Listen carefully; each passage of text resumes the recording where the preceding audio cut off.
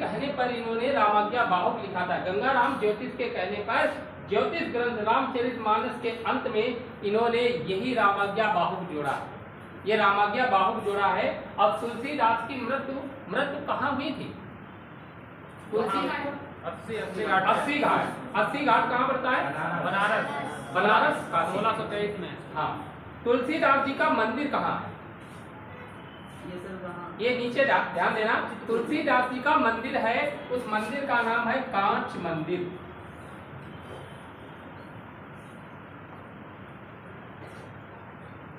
कांच मंदिर। और कांच मंदिर कहाँ पड़ता है? चित्रकूट और चित्रकूट कहाँ पड़ता है? एक ध्यान रखना, चित्रकूट एमपी। इनकी प्रतिमा यहीं पर, इनकी प्रतिमा इसी मंदिर में, इनकी प्रतिमा स्थापित की गई। ठीक, यही तुलसीदास जी का मंदिर है और जो एमपी में पड़ता है, कांच मंदिर कहा जाता है, चित्रकूट एमपी। इसको विशेष तौर पर इंपॉर्टेंट कर लेना और लिख लेना, छाप लेना। ठीक, ये विशेष तौर पर जो तुलसीदास जी का मंदिर की बात है। यहाँ पर से तुलसीदास समाप्त हो जाते हैं और तुलसीदास के आगे चलो सूरदास। ये हटा ले।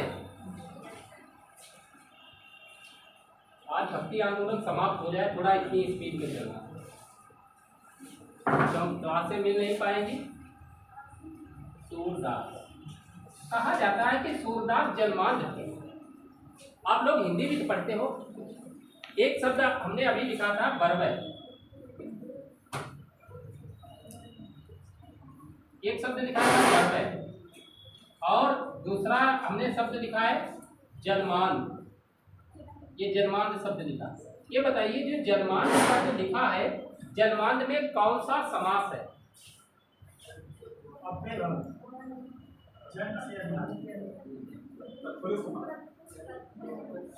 एक आया है अव्यय भाव, एक आया है तत्पुरुष। अव्यय भाव वाले कितने हैं? अकेले आप, चलो हटा दिया। तत्पुरुष समास में कौन सा है? कर्ता ने कर्म को करण से। ठीक, और बताओ। जन्मांध सही नहीं लिखा है, जन्मांध सही नहीं लिखा है ना। चलो,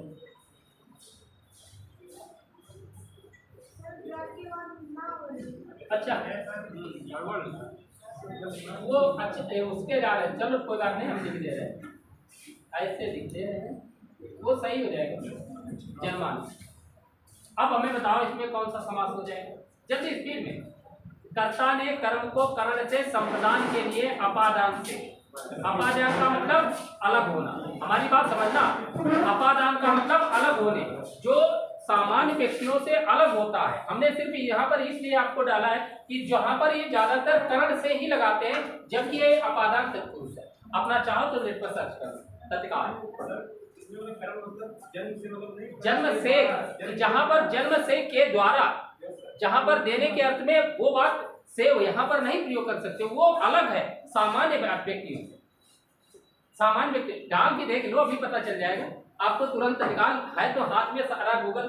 बरवे में पाई मात्रा है, कोई बता दो। चलो छोड़ो नहीं, हिंदी पहुंच जाएंगे हिंदी। इनका जन्म कब हुआ था? जन्म 1478 ईस्वी। क्या इतना ही है?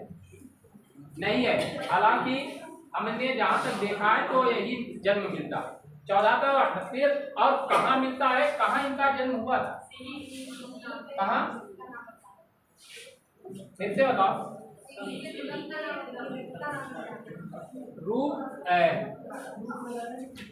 रूपकथा, ये नाम सुना है? सूरदास का जन्म रूपकथा, ये कहाँ पड़ता है?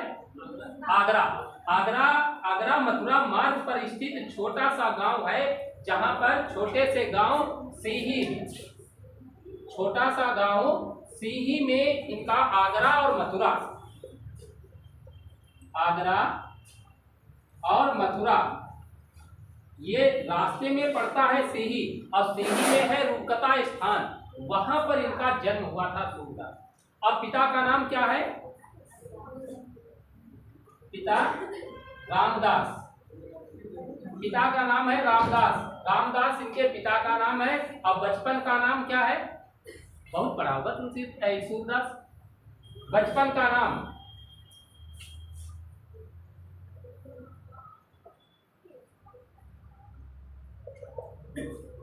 राम मोहन, बचपन का नाम राम मोहन, मदन मोहन, मदन मोहन।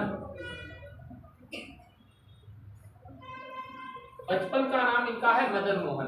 इनके बारे में कहा जाता है इतिहासकारों में विभेद है। क्या मतभेद है? सबसे बड़ी समस्या इनके बचपन में, ये सूरदास का मतलब है जन्म से अंधे थे, जन्म से अंधे थे। ये लोग कहते हैं कि जन्म से, कुछ इतिहासकार कहते हैं कि ये जन्म से अंधे, लेकिन बहुत सारे इतिहासकार ये बात मानने के लिए तैयार नहीं। वो कहते हैं कि कुछ इतिहासकार कहते हैं सूरदास जन्म से ही अंधे थे, जन्म से अंधे। और कुछ इतिहासकार इस बात को तैयार ही नहीं है। वो कहते हैं उन्होंने प्रेम में पढ़कर अपने आंखें फोड़ डाली। क्या हुआ था? सूरदास का जन्म हुआ, कुछ बड़े हुए, उन्हें का किसी मतलब फीमेल से या किसी लड़की से प्रेम हो गया, और उतने प्रेम में अंधे हो गए जो उसी के साथ रहना चाहते थे। उसका विवाह दूसरी जगह हुआ, तो इन्होंने ये गए कृष्ण के मंदिर में, और वहीं पर जाकर के उन्होंने अपनी आंखें फोड़ डाली। इतिहासकार लिखित कहते हैं कि इन्होंने अपनी आंखें त्याग दी और फोड़ दी। कहा कि आज से ये दुनिया मेरे काम की नहीं, मैं दुनिया को, ऐसी दुनिया को मैं नहीं देख सकता। और उन्होंने आंखों को फोड़ दिया, नेत्र फोड़ लिए, तब से ये सूरदास हो गए। दो मत हैं, अब चाहे जो आप मत मानो, बस याद रखो, चाहे जो मत मानो और चाहे जो ना मानो। कि कुछ लोग ज्यादा, अधिकतर किताबें छोटे पर से, तो हम सबको यही पढ़ाया गया कि वो जन्म से अंधे। हमने खुद पढ़ा, हमें भी पढ़ाया गया कि जन्म से ही अंधे, लेकिन जब बड़े हुए, जब किताबें मोटी मोटी पढ़ी, ध्यान से पढ़ा जाके, तब पता चला कि वास्तविक ये बात जो मैं बता रहा हूँ प्रेम की, ये बात नहीं पहले सुनी, बाद में सुनी। और शायद इसमें कई लोग ऐसे भी होंगे जिन्होंने नहीं सुना होगा, कि ऐसा नहीं है। आज ऐसे हम खुद कह रहे हैं कि जब इंटर बीए तक पहुंच गए, तब भी हम यही जन्म से ही बोलते थे सूरदास, बस यही हम जानते थे। लेकिन जब आगे चल के पढ़ा, तब पता चला कि नहीं, ये दूसरा भी मत है। ठीक, सूरदास कैसे थे? सगुण थे या भक्ति धारा? कैसा था? हाँ, ध्यान रखना, सूरदास सगुण भक्ति धारा के कृष्ण भक्त थे। ठीक, सगुण का मतलब निर्गुण, मतलब निराकार, और सगुण का मतलब मूर्ति पूजा के पक्षधर। सगुण धारा के कृष्ण भक्त थे। और क्या ये एक समय बताइए, समय किसका होगा? अकबर का शासन का। हाँ, अकबर के समकालीन,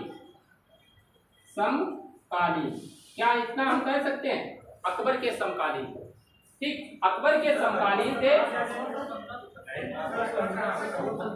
1442 में तो उनका जन्म हुआ था, अकबर नहीं, बाबर आएंगे तब तो ये सब 80-90 के हो जाएंगे। तो अब हमारी बात समझना, 1556 में अकबर ने अपना राज्याभिषेक करवाया। 56 में आ गए। ठीक, 1605 तक अकबर जिंदा रहे। ये शासनकाल अकबर का है। क्या अब देखो, यहाँ पर 1556 जन्म के बाद ये सबसे ज्यादा जो चर्चित राजा रखा होता है, उसी के समकालीन ज्यादातर माना जाता है। और इस समय भी देखो, जिस समय सूरदास है, क्या उस समय तुलसीदास है कि नहीं है? है या नहीं है? तुलसीदास क्या अकबर के समकालीन? इनके बारे में मृत्यु आप बताइए। किसकी? सूरदास की मृत्यु का हमें याद नहीं। देखो, पहले एक बार सर्च करो। मृत्यु इनकी हुई है 563, सूरदास की 1583 ईस्वी। ठीक, 1583 ईस्वी में तुलसीदास ने अब मृत्यु हुई है 1583 पारसौली यूपी। ठीक, पारसौली यूपी। अब इस समय तुलसीदास भी है और अकबर भी है इनके समकालीन। ठीक, दोनों बातें याद रखना। अकबर को ही पूछा जाता है, इसलिए अकबर के समकालीन बताया। ठीक, अकबर के समकालीन थे। और बता दें आपको, सूरदास को हिंदी साहित्य का सूर भी कहा जाता है। ये हिंदी साहित्य का सूर्य, हिंदी साहित्य का सूर्य कहा जाता है। ठीक, हिंदी साहित्य का सूर्य इन्हीं सूरदास को ही कहा जाता है। और इन्होंने अगर देखा जाए अपने ग्रंथों की रचना किस भाषा में की है? ब्रजभाषा। अपने ग्रंथों की रचना ब्रजभाषा में की। फिर से सुनो, सूरदास का जन्म 1478 ईस्वी में कहाँ? रूपकथा श्री आगरा मथुरा मार्ग सीही नामक स्थान पर हुआ था। पिता रामदास थे, बचपन का नाम मदन मोहन। ये जन्म से, कुछ लोग कहते हैं ये जन्म से अंधे हैं और कुछ लोग कहते हैं इन्होंने प्रेम के चक्कर में पड़ करके अपनी आंखें फोड़ ली थी। ये अकबर के समकालीन है, हिंदी साहित्य का सूर्य इन्हें कहा जाता है। और एक सगुण भक्ति धारा के कृष्ण भक्त थे, सगुण भक्ति धारा के कृष्ण भक्त थे। ठीक, इनके प्रमुख ग्रंथों के रचना की बात की जाए, प्रमुख ग्रंथ कोई बताओ? एक सूर सागर। हमारी पहले बात समझना, सूर सागर यही सबसे पहले ध्यान रखना, ये जो सूर सागर रचना लिखी गई ये सबसे प्रसिद्ध रचना है। बस केवल खासियत इनकी एक बात ध्यान रखना, सूर सागर इनकी सबसे प्रसिद्ध रचना है और अकबर के समय में ये लिखा गया, अकबर के समय में लिखा गया। ठीक, और सबसे प्रसिद्ध रचना यही सूर सागर है। दूसरी सूर सरावली, सूर सरावली और एक साहित्य लहरी, साहित्य लहरी। ये इनकी 3 रचनाएं, 2, 3। ठीक, ये 3 रचनाएं इनकी ज्यादातर प्रमुख रूप से प्रसिद्ध है। और इनकी मृत्यु 1583 ईस्वी में परसौनी यूपी में हुई। ठीक, जहां पर दिक्कत लगे वो। इसके आगे डालो वल्लभाचार्य,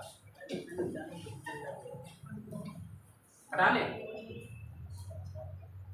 देखो पहले तो बता दें, वल्लभाचार्य का जन्म 1479 ईस्वी में हुआ था और मृत्यु हुई थी 1531।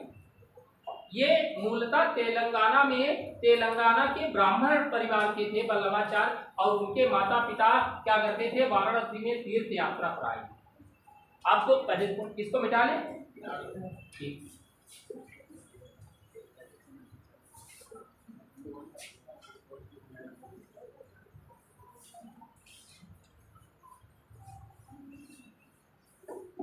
वल्लभाचार्य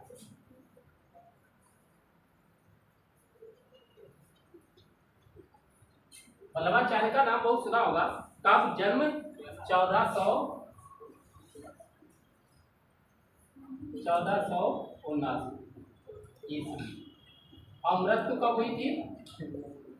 मृत्यु का समय, मृत्यु कब हुई थी? 1531 ईस्वी। ये इनकी मृत्यु की बात। ये मूलतः कहाँ के?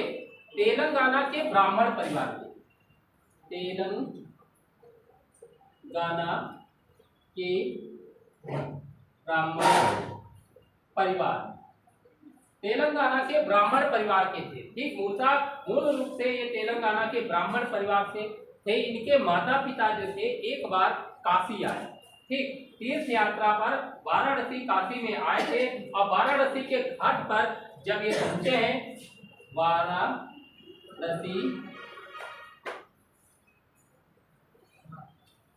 वाराणसी घाट पर पहुंचे हैं और घाट पर ही इनकी माता को प्रसव पीड़ा हुई। और वही बनारस में ही, वाराणसी में जब ये आए तीर्थ यात्रा, तभी वहीं पर इनका जन्म हुआ।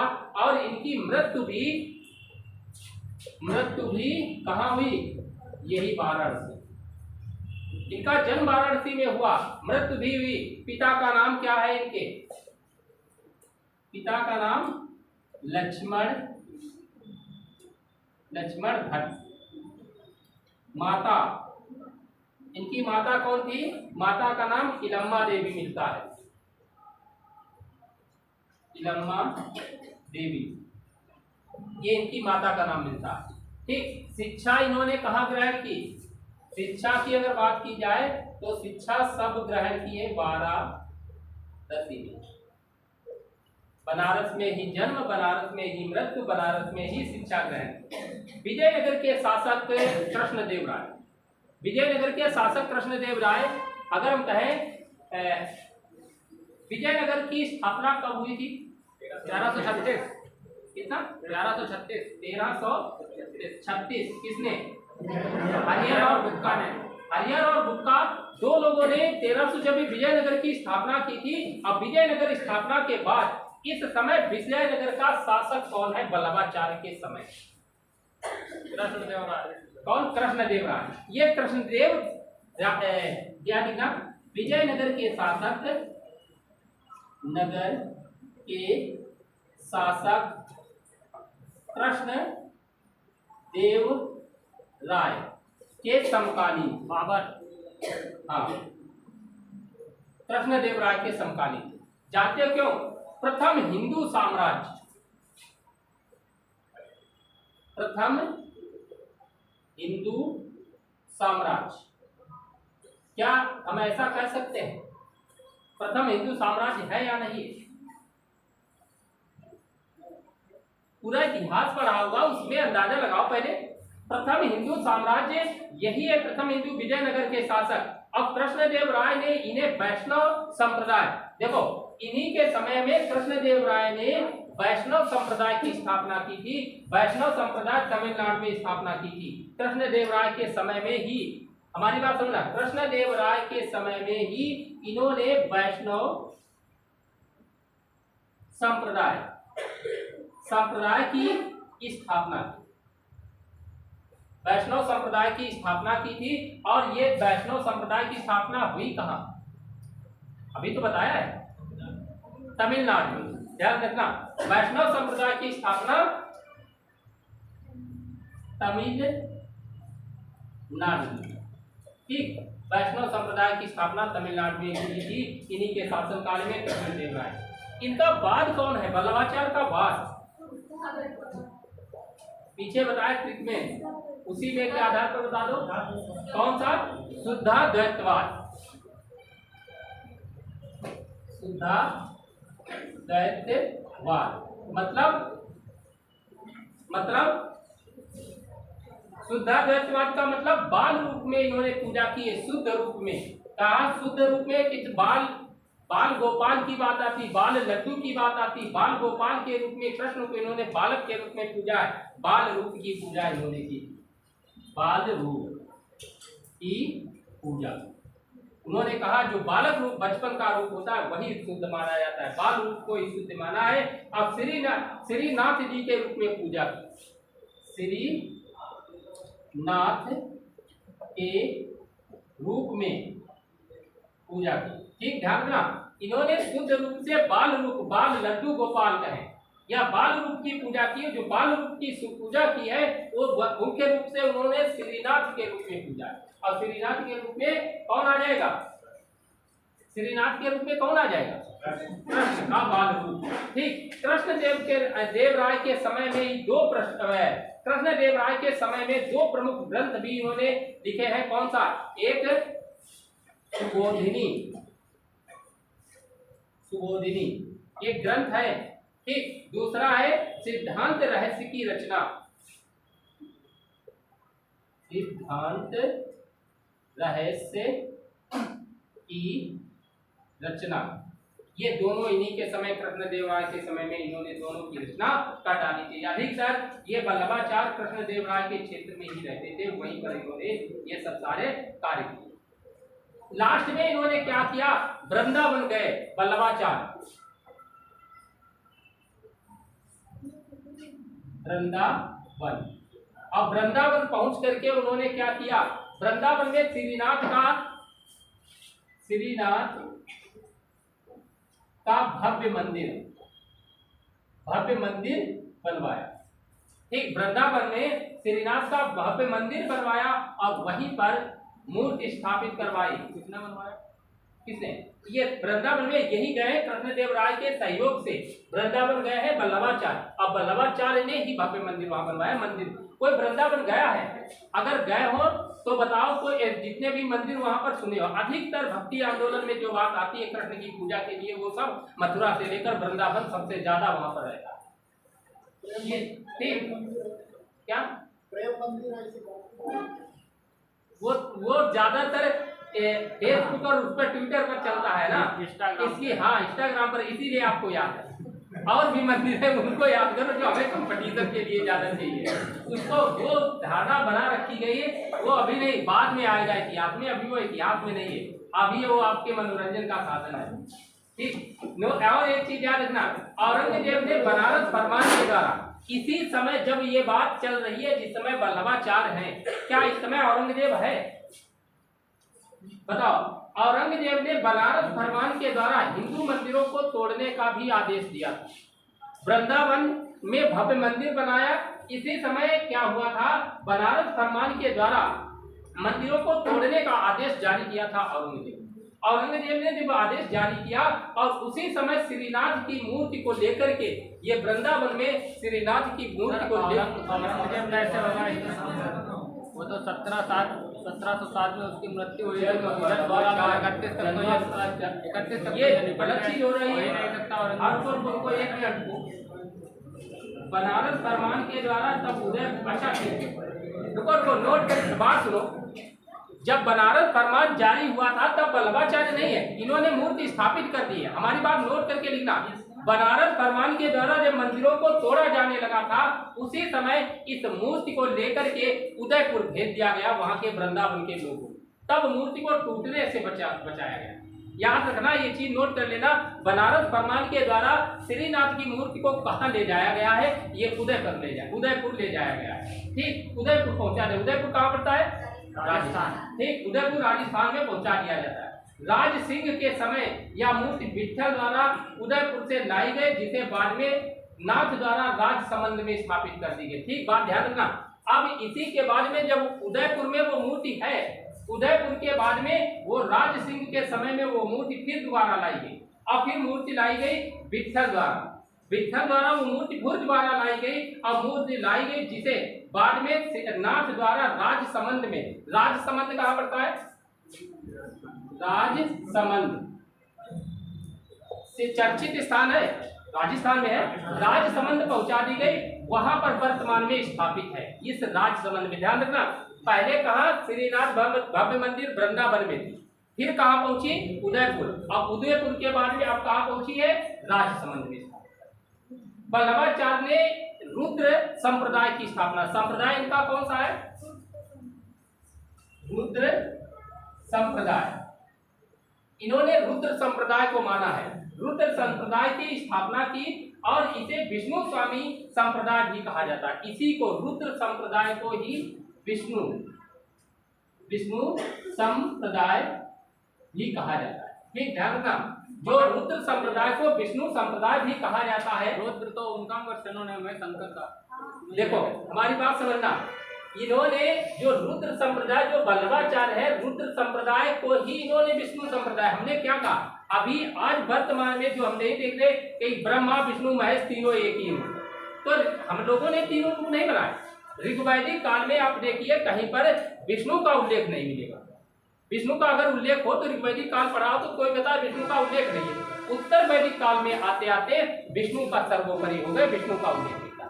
इस प्रकार वल्लभाचार्य पहले बाल गोपाल के रूप में मूर्ति पूजा करते थे, रुद्र संप्रदाय को उन्होंने माना, और वही रुद्र हमने साथ में लिखा विष्णु संप्रदाय माना जाता है, वो विष्णु के ही रूप को अवतार बता लिया, तभी से विष्णु संप्रदाय रुद्र अवतार ही विष्णु अवतार माना गया है। इसी के लिए इन्होंने कह दिया कि जो वल्लभाचार्य ने रुद्र संप्रदाय की स्थापना की, और इसी को विष्णु स्वामी संप्रदाय कहा जाता है, विष्णु स्वामी, क्योंकि ये सब हम सब जानते हैं रुद्र भगवान शिव है, भगवान शिव को ही तो रुद्र कहते हैं, जबकि इसका उल्लेख वहां सिंधु घाटी सभ्यता से है।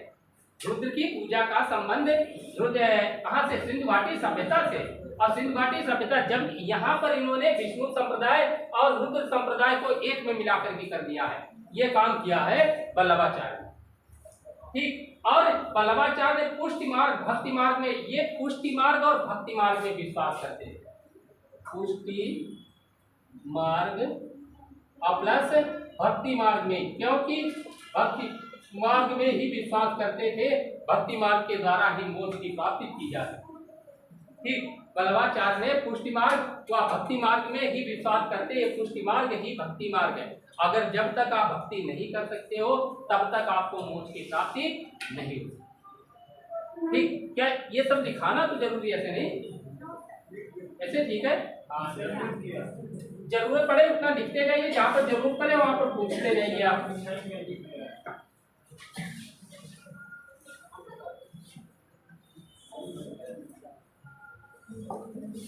अलग से लिखाने ज्यादा समझ आता है। आप डालिए विट्ठल नाथ। विट्ठल नाथ का नाम सुना होगा।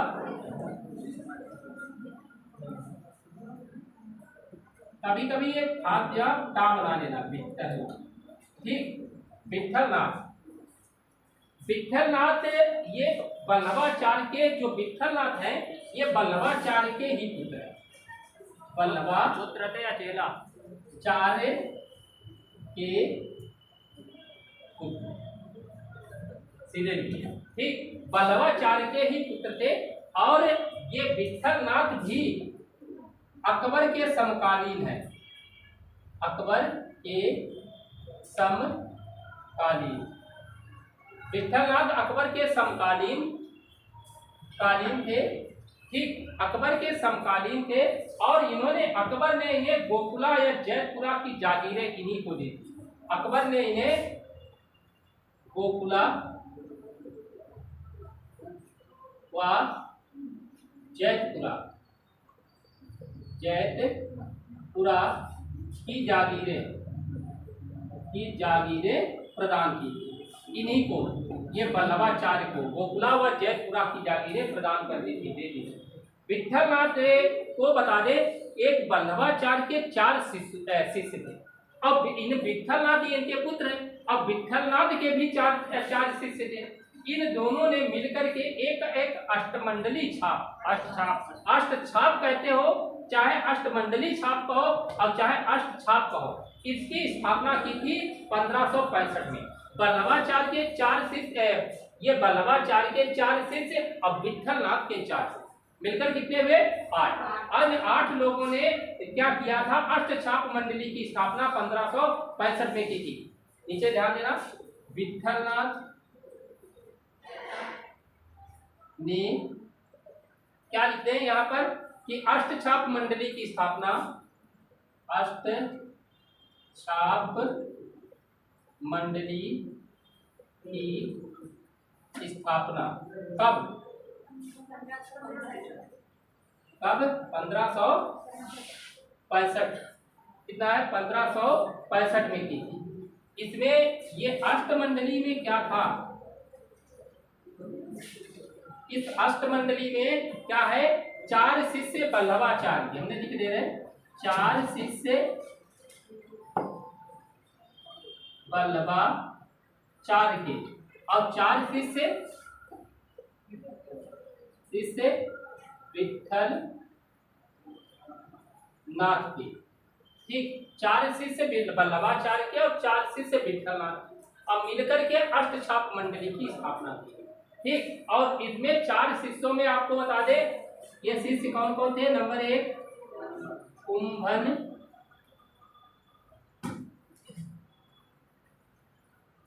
कुंभन दास।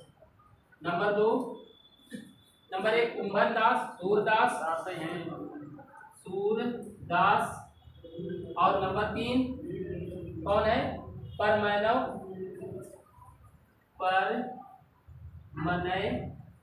दास। हाँ, परमानंद नहीं है, परमनय दास है। और कृष्णदास, नंबर 4 है कृष्णदास। ये 4 शिष्य थे बल्लभाचार्य। उधर कौन है? गोविंद स्वामी, हाँ गोविंद स्वामी और छीत स्वामी। और कौन है? गोविंद स्वामी, छीत स्वामी और चतुर्भुज दास, नंददास। चतुर्भुज दास और नंद दास, ये चार विट्ठलनाथ के शिष्य थे। इन्होंने अष्टछाप मंडली की स्थापना की। इस अष्टछाप मंडली की स्थापना ये विशेष तौर पर आप इम्पोर्टेंट के रूप में याद रखें। ठीक, इनकी विट्ठलनाथ के जो वल्लभाचार्य के पुत्र विट्ठलनाथ के द्वारा जितना मेन तौर पर किया गया और कार्य भी है, लेकिन उनकी आवश्यकता नहीं। इसके आगे डालो दादू दयाल।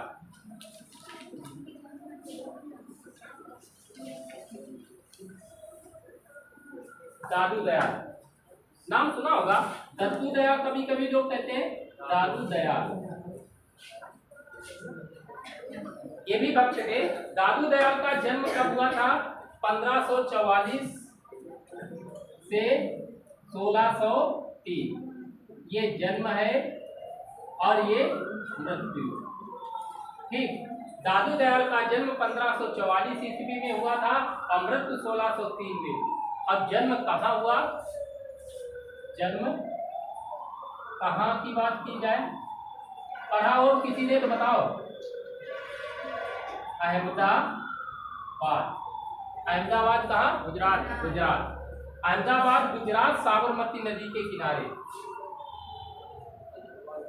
गुजरात साबरमती नदी के किनारे।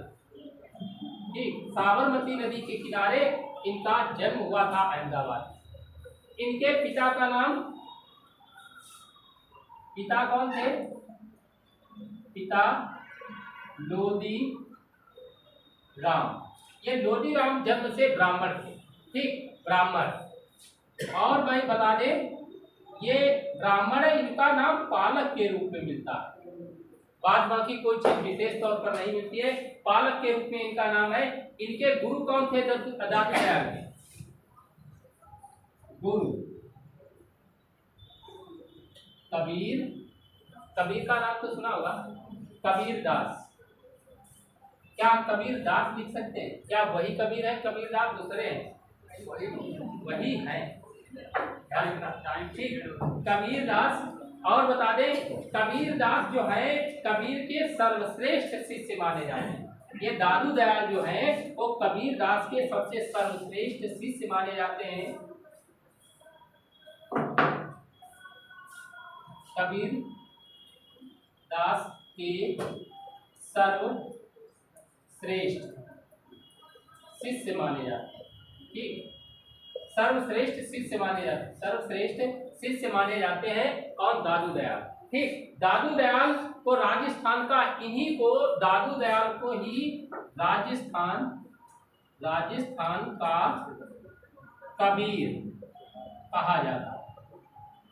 देखो जन्म कहाँ हुआ, बात कहाँ चल रही है। राजस्थान का कबीर किसे कहा जाता है?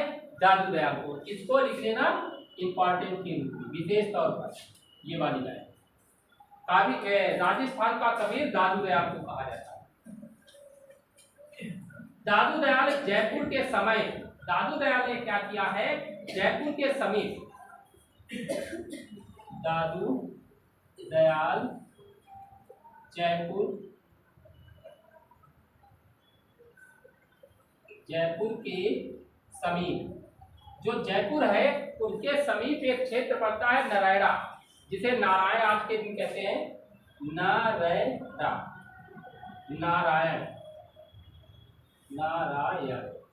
ठीक, इस नारायणा में ही जो नारायण है, यहाँ पर 1554 में दद्दू पंथ की स्थापना की। दादू पंथ। ठीक, 1554 में दादू पंथ की स्थापना यहीं पर सबसे पहले उन्होंने दादू पंथ की स्थापना की। दादू पंथ की प्रधान पीठ मानी, यही दादू पंथ की जहां पर स्थापना की, दादू पंथ की प्रधान पीठ मानी जाती है। ठीक, इसको याद कर ले, इसको भी ध्यान रखना। दादू पंथ की प्रधान पीठ, और कहाँ है? नारायणा दादू पंथ की स्थापना है। ये जयपुर के समीप है। दादू दयाल, जयपुर राजस्थान। दादू पंथ की 5 शाखाएं। एक नाम सुना होगा खालसा। खालसा गुरु नानक के समय वाली बात आती है। तो दादू पंथ की जो 5 शाखाएं हैं उनमें एक है खालसा, नागा, खाकी, विरक्त और उत्तरादि। ये दादू पंथ की ही 5 शाखाएं। दादू पंथ की 5 शाखाएं। जो नागा है, इस पंथ के लोग सेना में भर्ती होना ज्यादा पसंद करते हैं। ये खाली आपको बताने के लिए ही इनके 5 पंथ बताए, क्योंकि जो दादू पंथ है उनकी एक शाखा है, उनकी एक कहा जाता है जो शाखा है वो नागा शाखा है। अब नागा के लोग ही सबसे ज्यादा सेना में भर्ती के लिए उतावले रहते हैं। वो सेना में भर्ती होते थे उस समय भी, तो वो पूछा जाता है सबसे ज्यादा कंपटीशन। ठीक, वहां पर नागा जो पंथ है इस भर्ती उसके लोग सेना में भर्ती होना ज्यादा पसंद करते थे, और पसंद सेना में भर्ती होकर के ही वो कहते थे यही हमारे लिए भक्ति। ठीक, इसके डालो दादू पंथ की 5 शाखाएं, इसको हटा दें।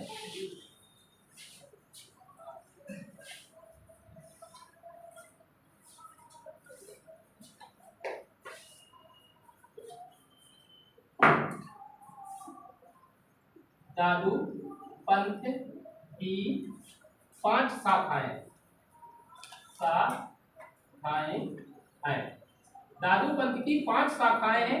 Number 1 Khalsa, Khalsa. Number 2 Naga. Number 3 खाकी, खाकी।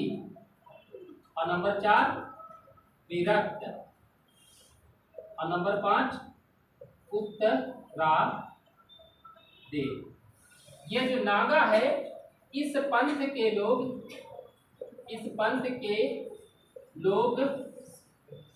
सेना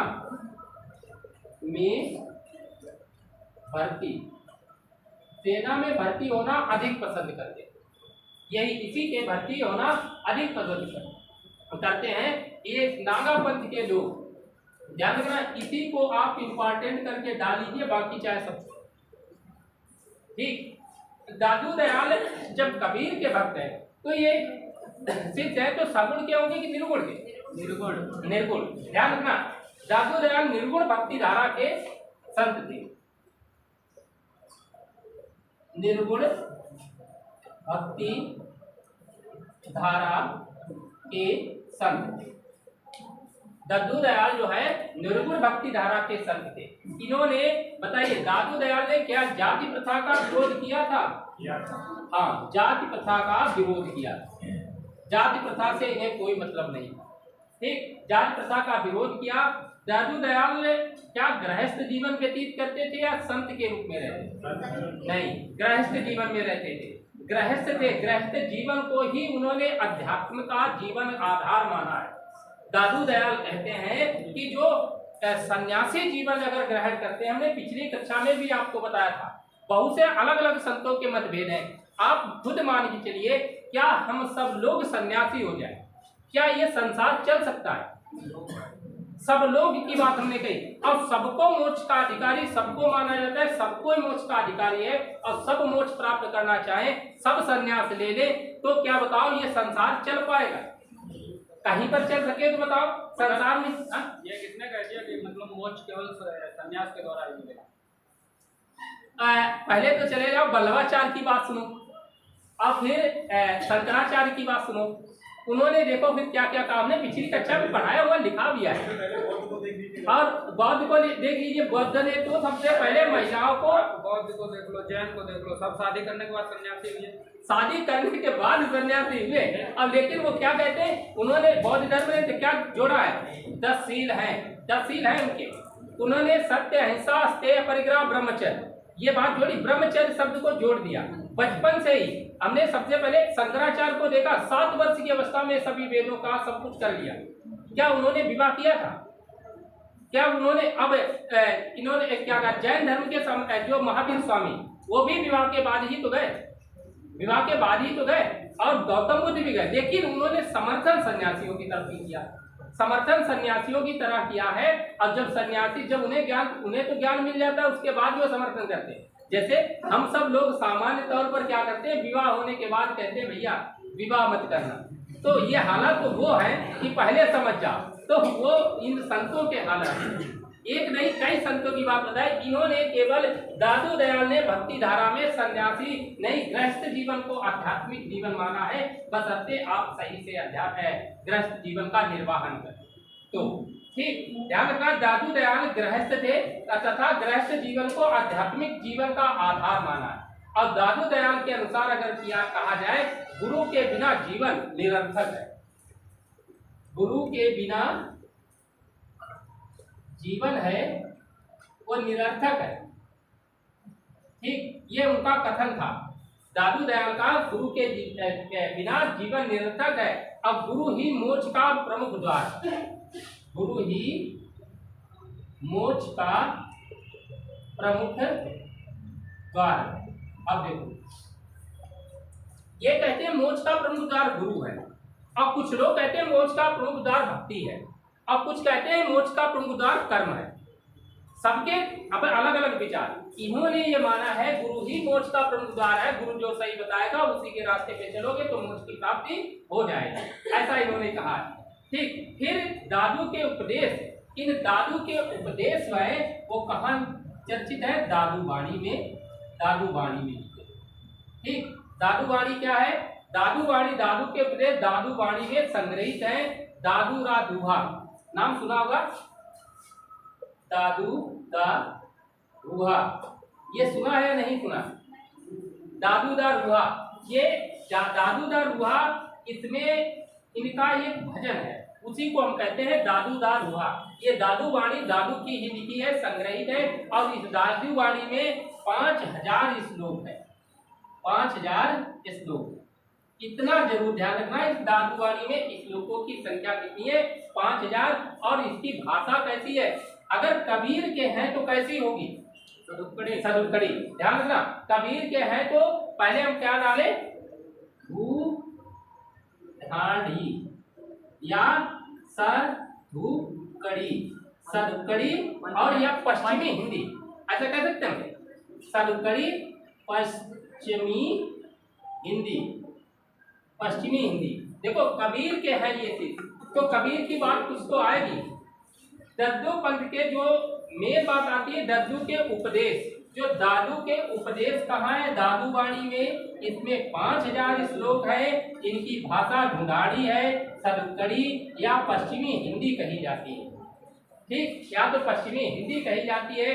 दादू पंथ के सत्संग स्थल को, दादू पंथ के सत्संग संग स्थल को, अगर कोई लोग हमें बताओ दादू पंथ का जो सत्संग स्थल लगता था उसको हम क्या कहते हैं? एक नाम सुना हुआ अलख दरीबा, नहीं सुना? जो दादू पंथ के जो सत्संग स्थल लगता है उसे हम अलख दरीबा, अलिख दरीबा कहते हैं। यहाँ पर लिख लेना और इम्पोर्टेंट करके बंद कर लेना।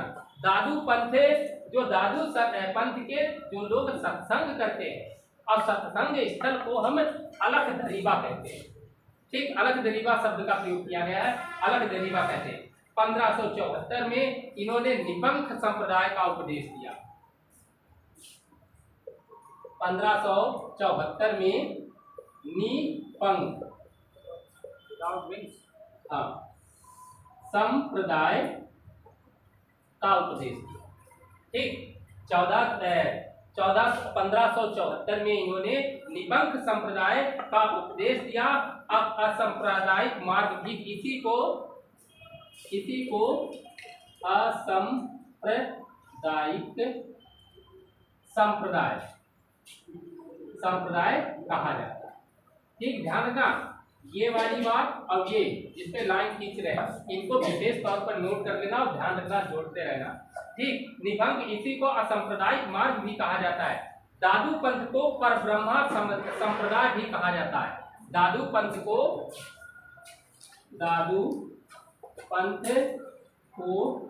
पर ब्रह्मा संप्रदाय भी कहा जाता है।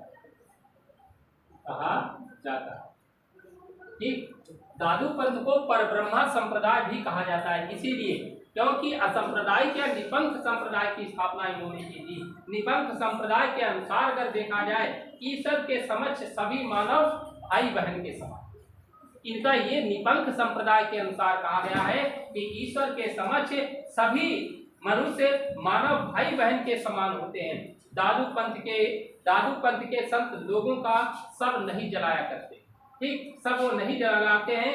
वो क्या करते थे, जो भी दादू पंथ के जितने लोग हैं उसे छोड़ देते थे जंगल में मिट्टी को, ताकि जानवर उसका भक्षण कर सके, ठीक, भक्षण खुले में छोड़ दिया। लेकिन वर्तमान में इसकी क्या हुआ, दाह संस्कार प्रचलित। जैसे जैन धर्म में जो श्रवण बेल गोला में क्या थे, चंद्रगुप्त मौर्य ने संलेखना के द्वारा, क्या संलेखना पद्धति अभी जैन धर्म में प्रचलित है? क्या अभी भी वर्तमान में अभी क्या अपने आप को मारते हैं? अभी को रोक पहले एक संत का आया था, अभी उन्होंने रोक लगाया, वहाँ के हाईकोर्ट ने रोक लगा दी थी, राजस्थान के हाईकोर्ट ने रोक लगाई। हालांकि संलेखना जो है अपने आप को मारना या समाज की रिवाज या जल के द्वारा कैसे भी भूख द्वारा में, संलेखना का अर्थ सिर्फ ये लगाया जाता है कि अपने खाना पानी बंद करके उपवास व्रत करके अपने शरीर को त्याग देना ही संलेखना कहा जाता है। लेकिन अब पानी में जब उसके बाद में वर्तमान में ऐसा करना अपराधिक है, ठीक।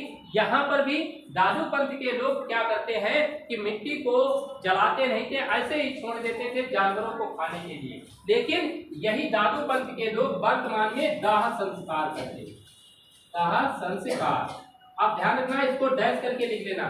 दादू पंथ के लोग अब दाह संस्कार का प्रयोग करने लगे, पहले ऐसा नहीं करते थे। अच्छा, दादू पंथ के में मूर्ति पूजा की जाती है क्या? कबीर के हैं तो ध्यान रखना सीधे, दादू पंथ के लोग मूर्ति पूजा नहीं करते थे, परंतु दादू दयाल की मृत्यु के बाद, दादू दयाल की जब मृत्यु हो गई और मृत्यु होने के बाद उन्होंने मूर्ति पूजा प्रारंभ कर, ठीक। दादू दयाल के लोग मूर्ति पूजा नहीं करते थे, परंतु दादू दयाल की मृत्यु के बाद उन्होंने मूर्ति पूजा प्रारंभ कर दी। स्वयं भोजन, अच्छा दूसरी बात, ये दादू दयाल के लोग हैं, ये स्वयं कभी अपने आप भोजन नहीं बनाते, मांग के खाते हैं, भिक्षा से निर्वाहन करते हैं। रोटी को ये क्या कहते हैं, जो दादू दयाल के लोग भिक्षा से ही अपना पेट भरते हैं, और भिक्षा में जो रोटी मिलती है, रोटी को ये क्या कहते हैं, खुरमा। शब्द याद रखना, कभी कभी आपके दरवाजे पर लोग मांग ले जाए, पता नहीं कहाँ का आ जाए साधु, उसको पता नहीं चल पाता, वो किस भाषा में बात कर लेता है। तो जो ये भिक्षा में जब रोटी मिलती थी उसी को भी खुरमा कहते, ठीक। दादू दयाल के लोग जो रोटी मिला करती थी, जो रोटी खाते थे, रोटी को खुरमा कहते हैं। हम लोग कहते हैं रोटी, अब ये लोग खुरमा कहा करते। इसके आगे दादू के अगर देखा जाए, दादू के कुल केवल 152 शिष्य हुए, मुख्य रूप से 152 शिष्य माने गए हैं। उसमें 100 शिष्य ऐसे हैं जो एकांतवासी हुए, बचे कितने, 52 जो शिष्य हैं वो गृहस्थ जीवन जिया करते थे, और वही दादू स्तंभ कहलाते हैं, और उन्हीं ने मठों का निर्माण किया जिन्हें दादू द्वार कहा जाता है। देखो महान तो गृहस्थ वाले ही निकले, वो एकांतवासी हो गए। उन्होंने गृहस्थ को सन्यासी जीवन नहीं उन्होंने कहा था, लेकिन वो एकांत चले गए। लेकिन एकांत गए का मतलब है सन्यासी, एक दिन बात आ जाती, इसको हटा ले।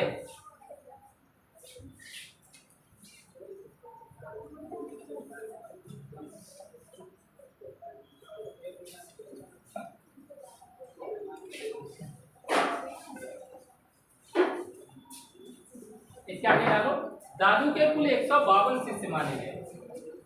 दादू के कुल 152 शिष्य माने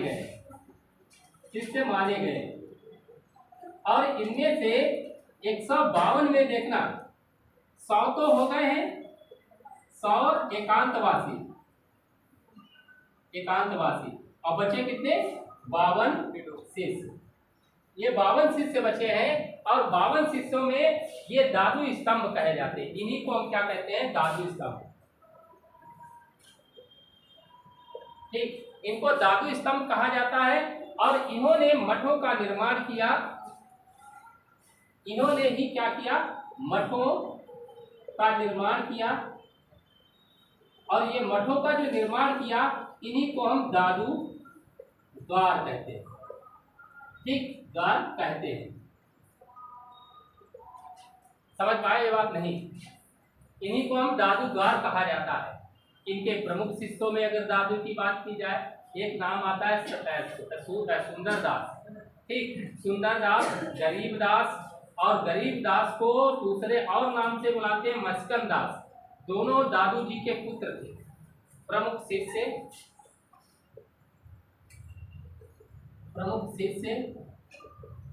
कौन कौन है? एक है सुंदरदास,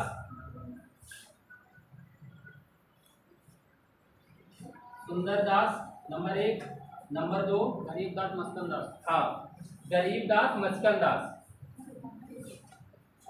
गरीबदास व मस्किनदास।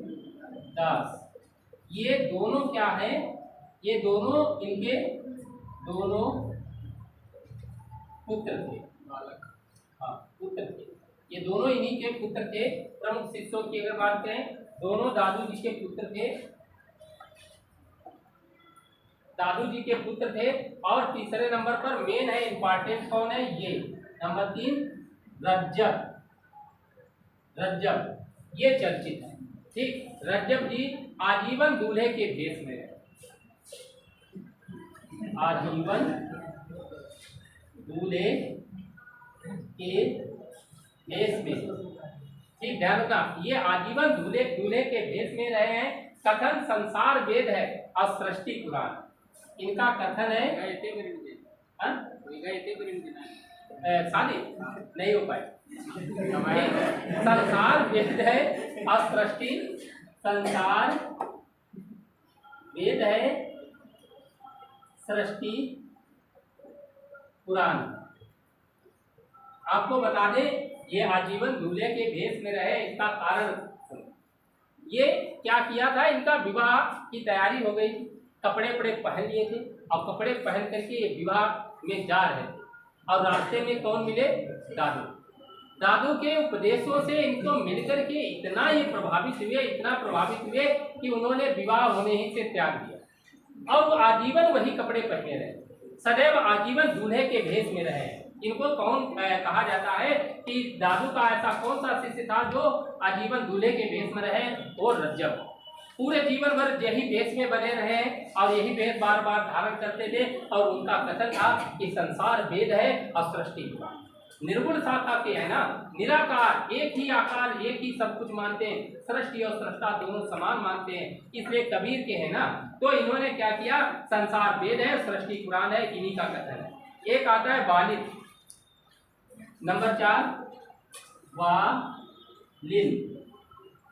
बालिन। इनकी एक बात आती है, बालिन, इनका ग्रंथ नाम है अरिलोक।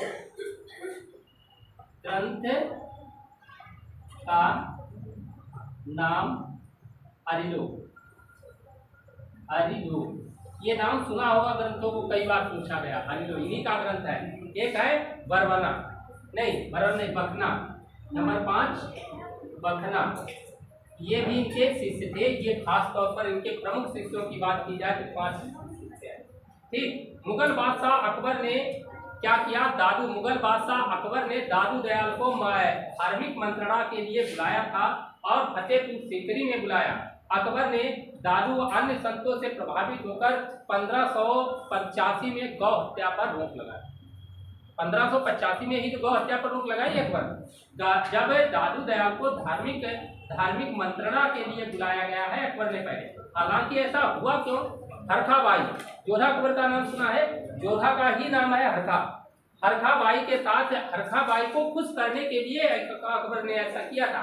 दादू दयाल को धार्मिक मंत्रणा के लिए अकबर ने बुलाया, और फतेहपुर सीकरी में वहीं पर दादू ने उपदेश दिए। उपदेश क्या? वार्तालाप हुआ। वार्तालाप होने के बाद दादू तथा अन्य संतों से प्रभावित होकर अकबर ने क्या किया कि 1585 में गौ हत्या पर प्रतिबंध लगा दिया।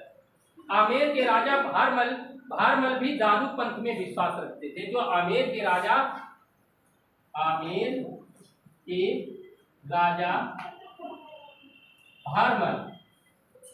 भारमल भी क्या करते थे? दादू पंथ में विश्वास रखते थे। ठीक, ये भी दादू पंथ में विश्वास रखते थे सदैव। दिक्कत हो तो बता के चलना। फिर इसके आगे चलो, गुरु नानक। हटा ले, कुछ पूछना हो तो पूछ लो। दादू दयाल कम पढ़ाओ। ये बखना, क्योंकि ये दादू दयाल हमें नहीं लग रहा ज्यादातर लोगों ने पढ़ा हो। ऐसा नहीं कि कभी पढ़ा नहीं होगा, लेकिन बहुत कम पढ़ते हैं। भक्ति आंदोलन में यहाँ पर जाते हैं बहुत कम, पहुँचते कम है। ठीक, ये ध्यान रखना कि दादू दयाल को अकबर ने आमंत्रित किया था। और कहाँ आए थे? फतेहपुर सीकरी में। और दादू दयाल तथा अन्य संतों से प्रभावित होकर अकबर ने 1585 में गौ हत्या पर रोक लगा दी थी। आमेर के राजा भारमल भी इस दादू पंथ में विश्वास रखते थे।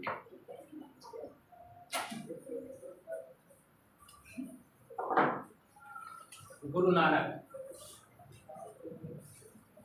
गुरु नानक देखो, गुरु नानक का जन्म 1469 कहाँ?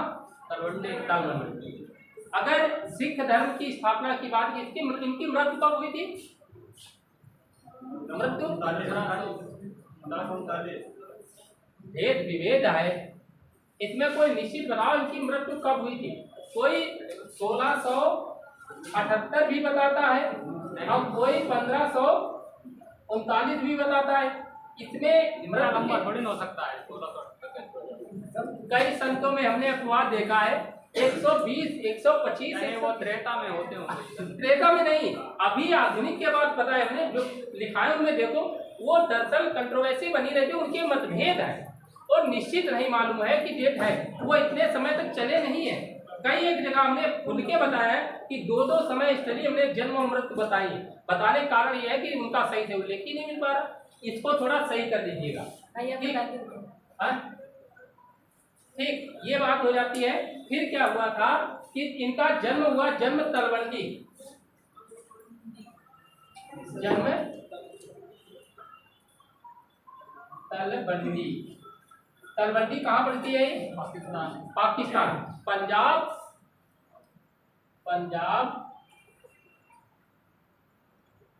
पाकिस्तान। ठीक, पंजाब पाकिस्तान में तलवंडी नामक स्थान पर गुरु नानक का जन्म। और इसी को ननकाना, जो तलवंडी को ही हम क्या कहते हैं? ननकाना साहिब। ननकाना साहिब। ठीक, ननकाना साहिब, इसी तलवंडी को आज वर्तमान के नाम से बुलाया जाता है। इनके पिता का नाम क्या था? मेहता कालो। मेहता कालो इनकी उपाधि थी। लाला कल्याण राम। ठीक, पिता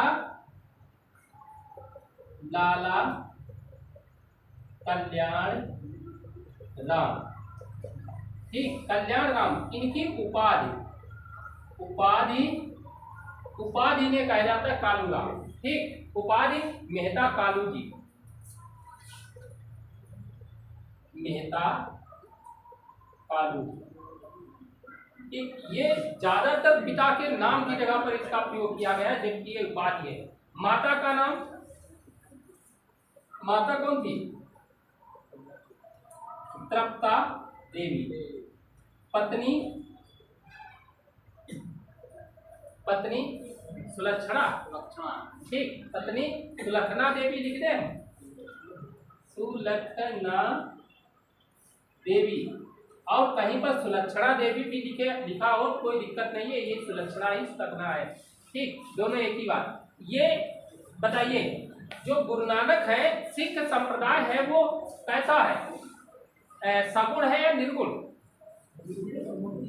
अब तो वर्तमान में भी तो है, तो वही जो सगुण का है या निर्गुण की? क्लियर कि सगुण संप्रदाय निर्गुण है। ध्यान रखना, निर्गुण भक्ति धारा के संत थे। निर्गुण भक्ति धारा के संत थे। ठीक, निर्गुण भक्ति धारा के ये संत थे। और इन्होंने क्या किया? ईश्वर को अकाल पुरुष के रूप में पूजा। जो ईश्वर है, ईश्वर को अकाल पुरुष के रूप में इन्होंने पूजा करने की बात की। ठीक, ईश्वर को अकाल पुरुष के रूप में पूजा। गुरु नानक के शिष्य एक, अभी चाहे तो नेट पर अभी सर्च करके देखो, गुरु नानक जब तस्वीर को सर्च करोगे तो इनके पास में एक शिष्य मिलता है। लहना नहीं है, नहीं, जो इनके साथ एक शिष्य है वो सारंगी लिए है, अब वो बजाया करता है। जो सारंगी लिए है वो बजाया करता है, और वो सारंगी सदैव इनके पास बजाता रहता था। वो इनका कौन था? नानक के शिष्य का नाम, नानक के शिष्य का नाम, उसका नाम क्या है? मरदाना है, मरदाना नहीं, मरदाना। ये इनका शिष्य है, और हर समय उनके उसमें है 9th में है इसकी स्टोरी। इसकी मर्दाना की? हाँ, इंग्लिश में। हाँ वो फिर होगी। ये मर्दाना जो रहता था, जो सदैव ये जो क्या करता, जो सारंगी इनके साथ सारंगी बजाया करता, सारंगी बजाता था सदैव, इनके पास साथ में रहता था और सारंगी बजाता था। और गुरु नानक जो क्या करता है, गुरु नानक के साथ भजन भी गाया करते थे।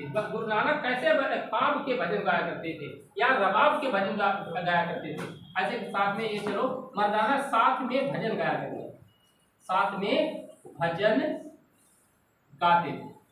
ये गुरु नानक के साथ सदैव रहते थे, सारंगी बजाते और भजन गाते।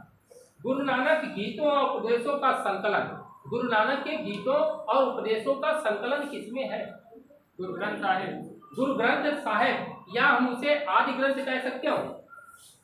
गुरु नानक के क्या लिखे? गुरु नानक के उपदेशों, गीतों व उपदेशों का संकलन। संकलन कहाँ मिलता है? आदि ग्रंथ व गुरु ग्रंथ साहिब में इनके उपदेशों, या गुरु ग्रंथ साहिब या आदि ग्रंथ साहिब में इनका वर्णन मिलता है। जिसका इस गुरु ग्रंथ साहिब, गुरु ग्रंथ और या आदि ग्रंथ, इसका संकलन किसने किया? हाँ, अर्जुन देव। इसका संकलन गुरु अर्जुन देव ने किया।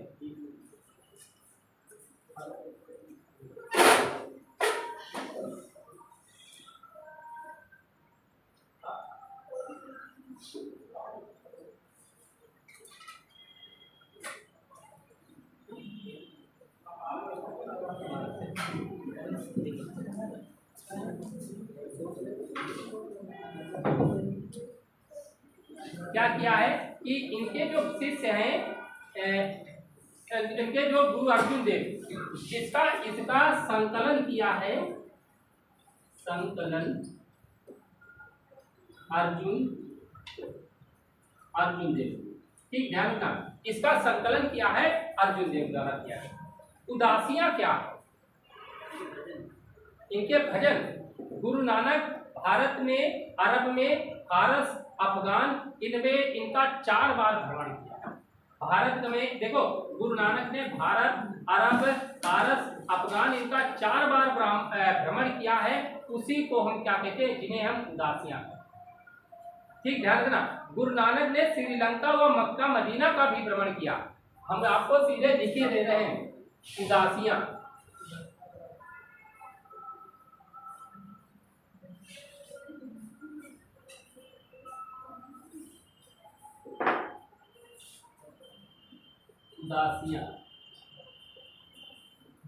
उदासियां क्या है? क्या लिखना? यात्रा। गुरु नानक ने भारत, अरब, फारस,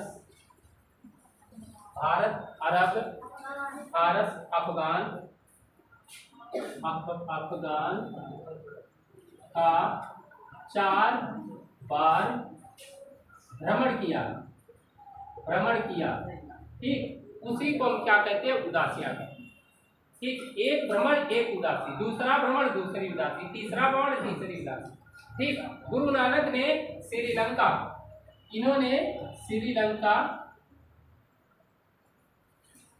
श्रीलंका और श्रीलंका के अलावा श्रीलंका मक्का मदीना का भी वह मक्का मदीना का भी भ्रमण किया। ठीक, श्रीलंका व मक्का मदीना का भी भ्रमण किया। सिख धर्म में कुल कितने गुरु हुए? 10। कोई ऐसा है जो बता सकता है 10 गुरु के नाम? बताओ। गुरु नानक क्रम से बताना। हाँ, गुरु नानक क्रम थोड़ा बहुत आगे पीछे हो सकता है।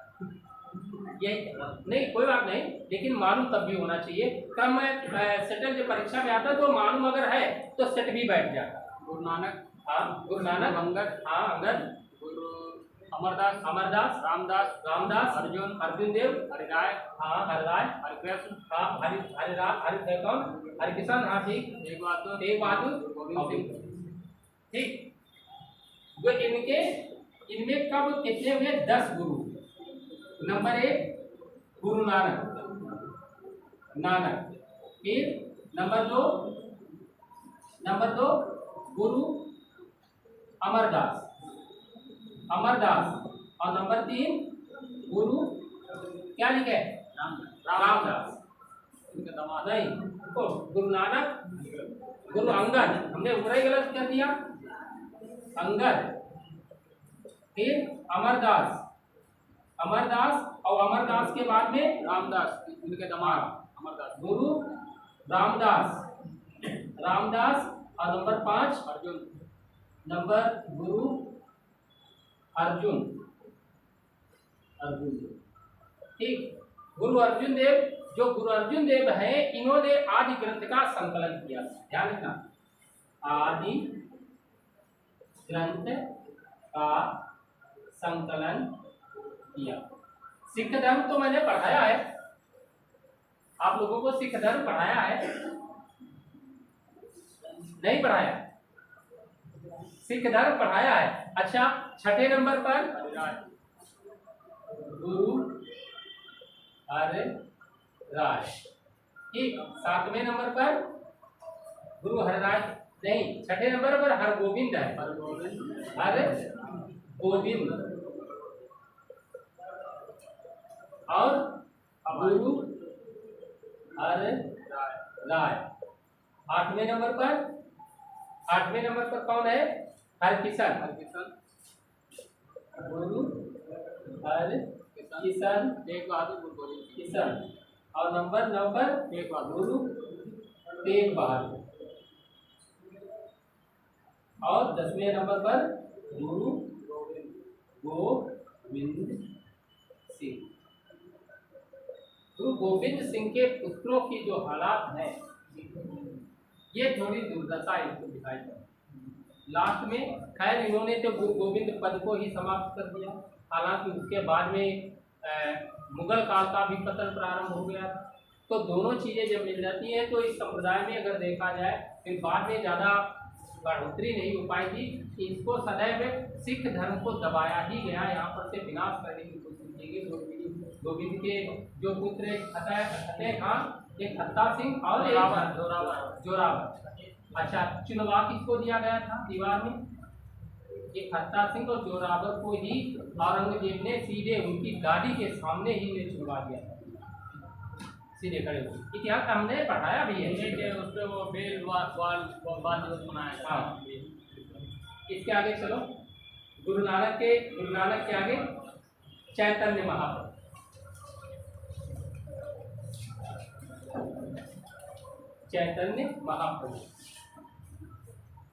ये चैतन्य महाप्रभु कहाँ के थे?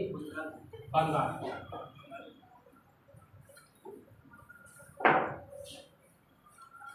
देखो, चैतन्य महाप्रभु, ये चैतन्य महाप्रभु पहले कहे जाते हैं। तब इनका जन्म कब हुआ था? 1486। और मृत्यु कब हुई थी? जन्म के बाद में मृत्यु कब हुई थी? 1535। 1535, ठीक, 1535 में इनकी मृत्यु हुई। और जन्म के कहाँ हुआ था? कहाँ? बंगाल का नदिया, नादिया लिख दिया। नदिया जिला है बंगाल में, नदिया नामक ग्राम में, नदिया नामक ग्राम। इस समय वर्तमान में बंगाल में ये नदिया जिला बन गया है। ठीक, नदिया नामक ग्राम में इनका जन्म हुआ था। पिता का नाम जगन्नाथ मिश्र, पिता जगन्नाथ मिश्र है। ठीक, पिता जगन्नाथ मिश्र और माता सुची देवी। सुची देवी, ठीक, ये माता है। माता बचपन का नाम इनका था, बचपन का नाम विशंबर। ठीक, बचपन का नाम इनका विशंबर था। सही लिख लेना।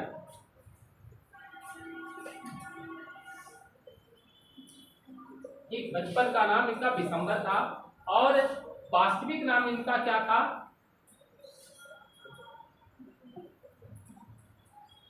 नाम निमाई। ये इन्हें निमाई क्यों कहा गया? निमाई पंडित कहा जाता है।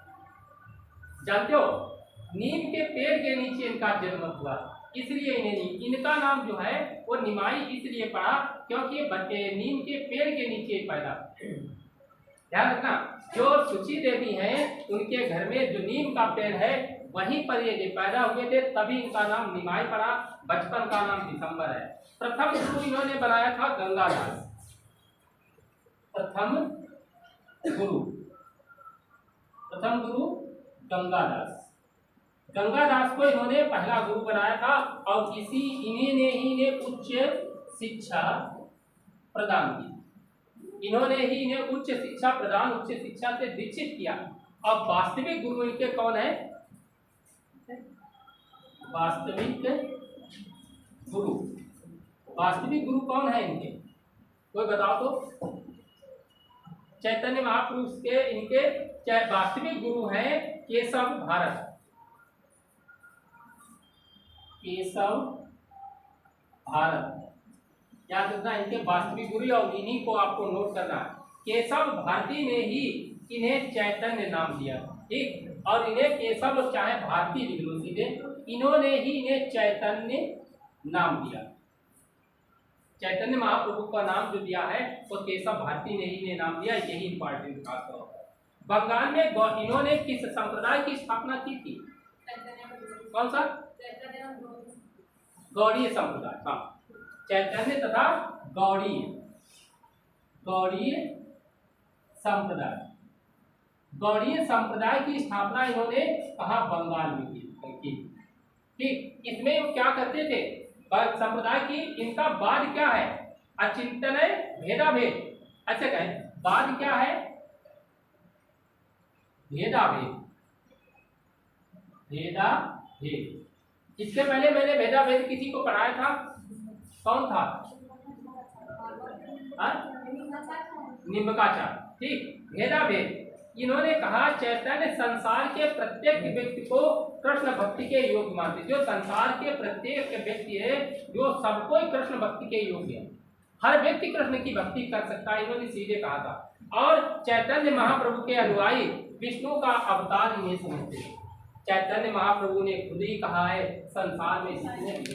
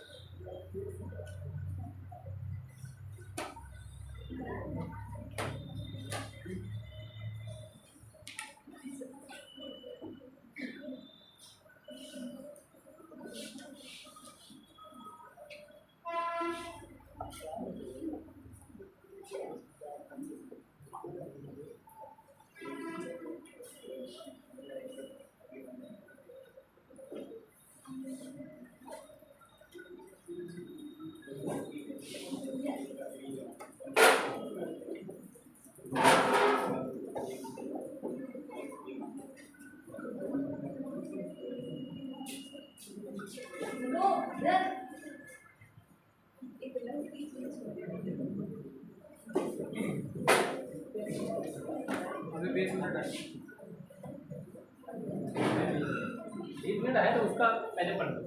चैतन्य महाप्रभु ने खुद ही कहा था संसार में जितने भी व्यक्ति लोग हैं वो सभी क्या कर सकते हैं, कृष्ण भक्ति के योग्य हैं। और चैतन्य प्रभु को, इन्हीं चैतन्य महाप्रभु को इनके जो अनुयायी हैं वो इन्हें क्या करते थे, विष्णु का अवतार समझते थे।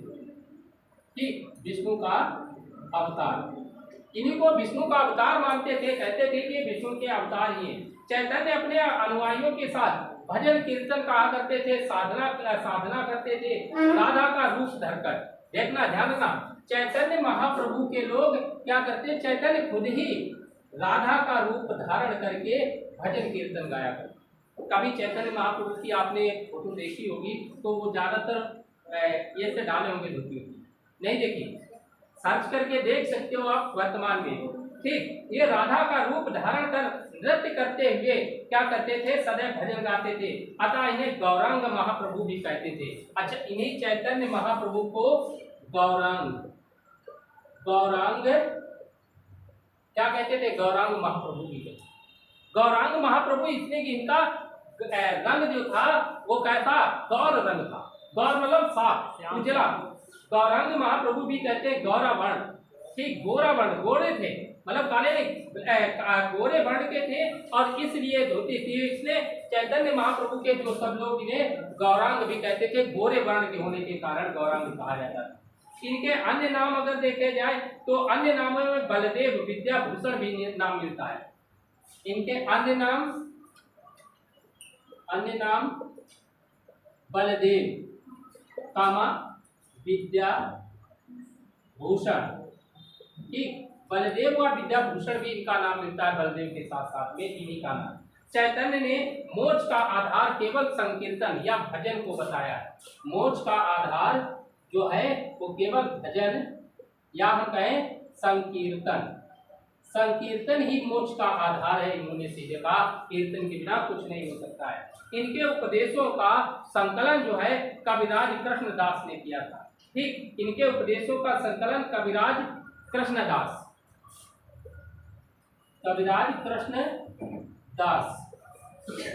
कृष्णदास ने इनके भजनों का संकलन किया है। यही केवल नोट करने योग्य वाली बात है। चैतन्य चरितामृत, और इसी को चैतन्य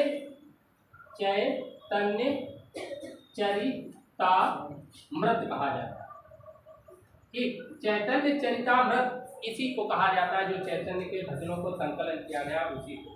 चैतन्य के ज्ञान, देखो चैतन्य ने क्या किया, ज्ञान के स्थान पर, जो ज्ञान के स्थान पर, ज्ञान को मोक्ष का आधार नहीं माना, इन्होंने भक्ति को मोक्ष का आधार माना है। कहा भक्ति के बिना, भक्ति व प्रेम के बिना कुछ नहीं हो सकता है। इन्होंने प्रेम व भक्ति पर बल दिया। अब वो लोग क्या कहते हैं, ज्ञान को मोक्ष का आधार मानते हैं। ये लोग ये क्या कहते हैं, भक्ति। इनके प्रमुख शिष्यों में अगर देखा जाए, हरिदास ने सखी संप्रदाय की स्थापना की। जो चैतन्य महाप्रभु का जो शिष्य है, जो हरिदास ने ही सखी संप्रदाय की स्थापना की। चैतन्य महाप्रभु के शिष्य कौन है, हरिदास ने सखी संप्रदाय की स्थापना की। चैतन्य महाप्रभु के केवल 8 श्लोक प्राप्त होते, केवल 8 श्लोक प्राप्त होते। इन्हीं को शिष्टांग कहा जाता है। ठीक, चैतन्य महाप्रभु के 8 श्लोक प्राप्त होते हैं। 8 श्लोक के अलावा कुछ नहीं। उसी को हम क्या कहते हैं, शिष्टांग। उसी को हम क्या कहते हैं, शिष्टांग कहते हैं। शिष्ट नहीं, ऐसे मत लिखना, ऐसे लिखना, शिक्षाष्टांग।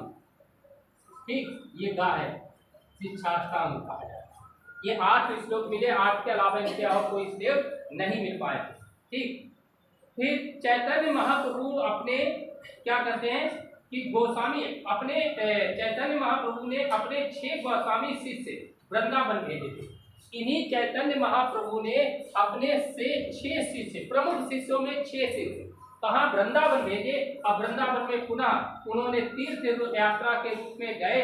अब भगवान श्री कृष्ण की वहां पर पूजा की गई। भगवान श्री कृष्ण और राधा, कृष्ण प्लस राधा, इनकी पूजा वृंदावन को अपने चैतन्य महाप्रभु ने अपने 6 शिष्यों को भेजा और वहां पर पुनः तीर्थ के रूप में, तीर्थ यात्रा के रूप में उन्हें स्थापित करवाया और भगवान कृष्ण और राधा की पूजा करवाई थी। वृंदावन के गौरव को पुनः स्थापित करने का श्रेय, ध्यान रखना, वृंदावन के गौरव को, वृंदावन के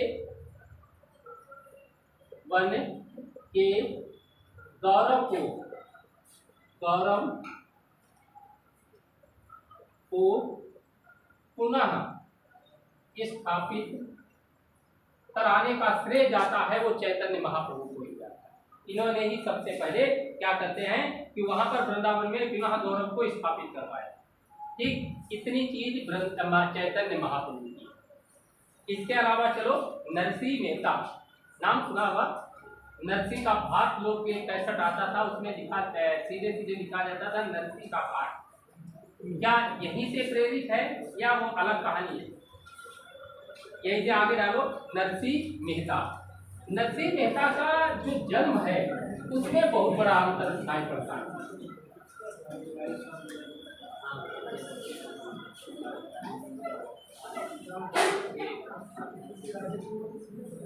गांधी जी का एक बीच में तो करते थे। हाँ, नरसिंह मेहता, ठीक, नरसिंह मेहता जो है इनका जन्म है 15वीं, ये सीधे हम लिख दे रहे, 15वीं शताब्दी के संत। ठीक, ये 15वीं शताब्दी के संत।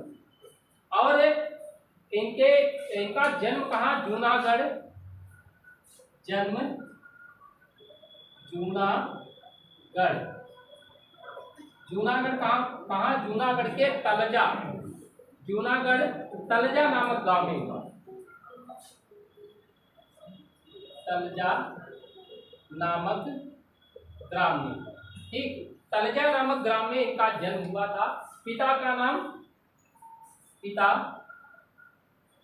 कृष्ण,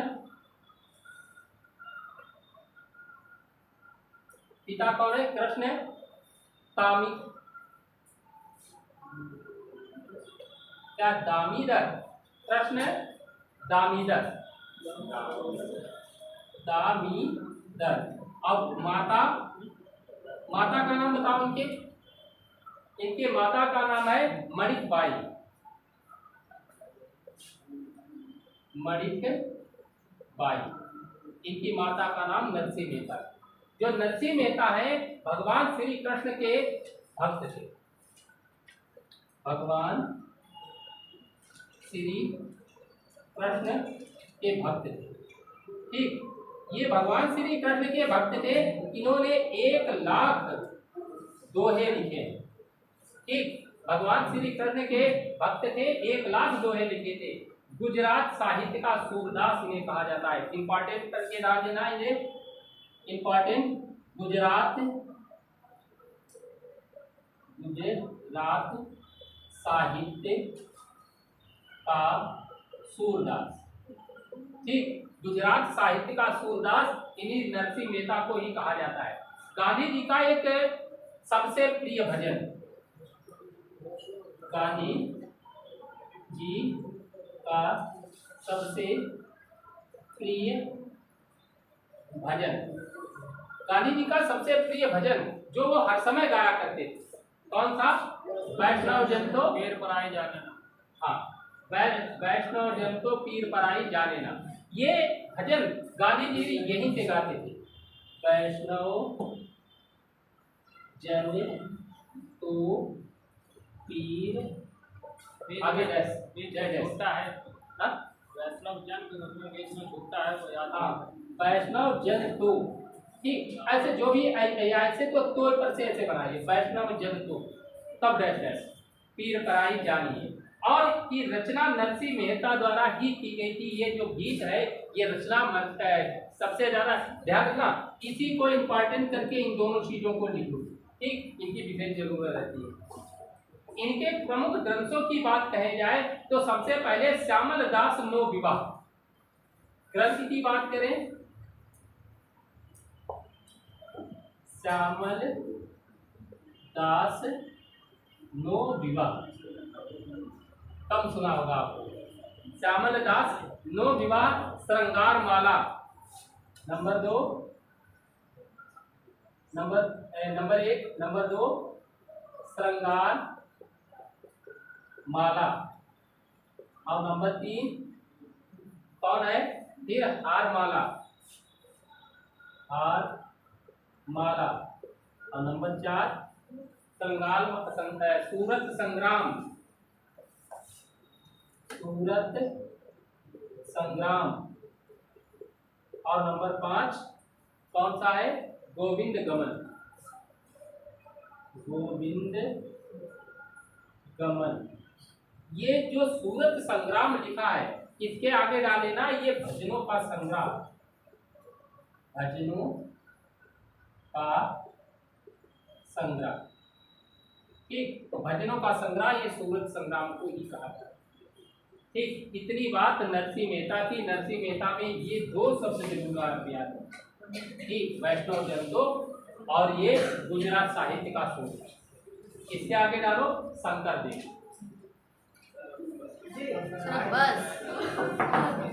ऊपर से जा रहा है। हम भक्ति आंदोलन को पूरा करने के चक्कर में जानते हो बीच में कोई बात नहीं, सिर्फ इसको आंदोलन को पूरा कर लो। अभी थोड़ा बचा है शंकर देव और संत ज्ञान देव और संत नामदेव, 3 बचे हैं। एक ही करवा दे, थोड़ा है शंकर देव बता दे, बता। और क्या शंकर देव क्या कुछ जल्दी है क्या? हमें अभी बोलते बोलते पानी की तक जरूरत पड़ती है, पानी तक नहीं पीते हैं तो कम से कम आप सुन ही सकते हो। अब ये सब ऊपर निकल रहा है। अच्छा तो बताओ, रुचि ना हो पढ़ने में, पढ़ने से क्या फायदा? हाँ सही बात है, बिना रुचि के पढ़ाना भी बेकार। क्या होता है? थोड़ा पढ़ो तो समझ में अच्छा पढ़ो। अब तो यही कुछ भी नहीं समझ में आ रहा। अच्छा इतना पढ़ा कुछ भी समझ में नहीं। बुद्धिवर्धक क्यों? अच्छा कितने लोग ऐसे हैं जिन्हें बिल्कुल समझ नहीं आया? अब तो कोई तैयार नहीं। अच्छा आपको कुछ नहीं आया, अब आपके लिए इतना कर सकते हैं, आप हमारे नोट्स की फोटोकॉपी लेकर पढ़ सकते हैं। नहीं आप ऐसा करिए, आप बुद्धिवर्धक क्यों लाइए? अगर क्लास लगवा तो फिर स्लो अकायद की स्पीड बढ़ाते हैं, धीरे धीरे तुमको बताते फिर कैसे नरसिंह मेहता नरसिंह वाले बात कहते सीधे 15वीं शताब्दी के जो संत हैं और जन्म जो जूनागढ़ तलिया नामक किसान ग्राम में जैसे पिता वो समझाने पड़ता है। तो उतनी लंबी ज्यादा क्लासें दी नहीं जा सकती सिलेबस के लिए। हर बार क्लासें जितनी है जैसे 5 की बजाय 6 हो सकती है, 7 हो सकती है, तो 3 क्लासें 4 हो सकती है, इसमें कितनी बढ़ाई जाए? चलो फिर क्या करें, रहने दे। फिर शंकर देव डाल लो और छोड़ दो। शंकर देव। अब अच्छा अगर आपने पहले बता दिया तो रास्ते में बंद करके वैसा चला। देखो सुन लो। अच्छा शंकर देव जो है वो 1449 में उनका जन्म हुआ था, अब 1568 में उनकी मृत्यु हुई थी। समझना, जो शंकर देव है ये असम के, खासतौर पर असम में इनका जन्म हुआ और ये शंकर देव असम का चैतन्य महाप्रभु, शंकर देव को ही असम का चैतन्य महाप्रभु कहा जाता है। और इन्हें जो शंकर देव चैतन्य महाप्रभु जी असम का कहा जाता है, और इन्होंने भी जैसे चैतन्य ने कृष्ण की भक्ति की, ऐसे शंकर देव ने भी कृष्ण की भक्ति की और मूर्ति पूजा किया। जैसे उधर शंकर देव नरसिंह मेहता, उधर क्या कहा जाता है चैतन्य महाप्रभु, वैसे यहाँ पर कौन है? शंकर देव। और शंकर देव ने पूजा तो करते थे लेकिन निर्गुण भक्ति धारा के साथ। निर्गुण वाले कभी मूर्ति पूजा नहीं करते हैं, केवल शंकर देव ऐसे हैं जिन्होंने निर्गुण होते हुए भी मूर्ति पूजा की और संन्यास में विश्वास, लेकिन संन्यास में भी विश्वास नहीं होता, जबकि मूर्ति पूजा करने वाले लोग संन्यास में विश्वास करते हैं। शंकर देव ने एक सरल संप्रदाय की स्थापना की थी। भगवान एक सरल संप्रदाय की स्थापना की। और साथ में बता दे भगवान को महिला, आपको बता दे भगवान श्री कृष्ण को ही ये केवल पुरुष मानते हैं, बाकी सबको ये महिला मानते हैं, चाहे हम तुम सब ये सब महिला। इसीलिए जो शंकर देव के जो शिष्य है, आपने एक बार सुना होगा, एक डीजी पंडा वो राधा बन करके नाचने लगते थे। वो यही संप्रदाय के जितने भी लोग हैं वो राधा की तरह अपना वेश धारण करके और नाचते हैं। वो कहते हैं हम कृष्ण की राधा हैं और वो केवल कृष्ण को ही पुरुष मानते हैं, बाकी सब उनकी सखियां हैं, बाकी सब उनकी सखियां हैं। अतः सीता, राधा, लक्ष्मी, माधुरी वो अस्तित्व नहीं मानते, वो सिर्फ केवल श्री कृष्ण का ही अस्तित्व मानते हैं। यह और बता दें इनके बारे में, जो इनकी एक सरल संप्रदाय के मंदिरों में और केवल ये श्री भगवत पुराण की ही पूजा की जाती है। इसमें जो श्री भगवत पुराण की ही पूजा की जाती है। शंकर देव का एक ग्रंथ है भक्ति रत्नाकर, जो बाकी ये केवल हमने एक बार बताई आपको कि जो सखी संप्रदाय है, इनका संप्रदाय है वो सखी संप्रदाय। अब भगवान श्री कृष्ण को एक जो सखी संप्रदाय, ध्यान रखना, जो सखी संप्रदाय है ये केवल भगवान कृष्ण को ही पुरुष मानता है, बाकी सब संसार में उसकी। और इसीलिए इस संप्रदाय के लोग स्त्री की वेशभूषा धारण करके नाचते हैं, बजाते हैं, गाते हैं। और इस संप्रदाय के संस्थापक हरिदास जी भी माने जाते हैं। इसी को हरिदासी संप्रदाय भी कहा जाता है। जो सखी संप्रदाय है इसे हरिदासी संप्रदाय भी कहा जाता है। लालदास लाला दासी संप्रदाय और रामचरण जी राम स्नेही संप्रदाय की स्थापना इन्होंने की। और उसी के आधार पर महाराष्ट्र में एक फिर भक्ति आंदोलन चला। वो बताएंगे कभी किसी और दिन जब मिलेंगे।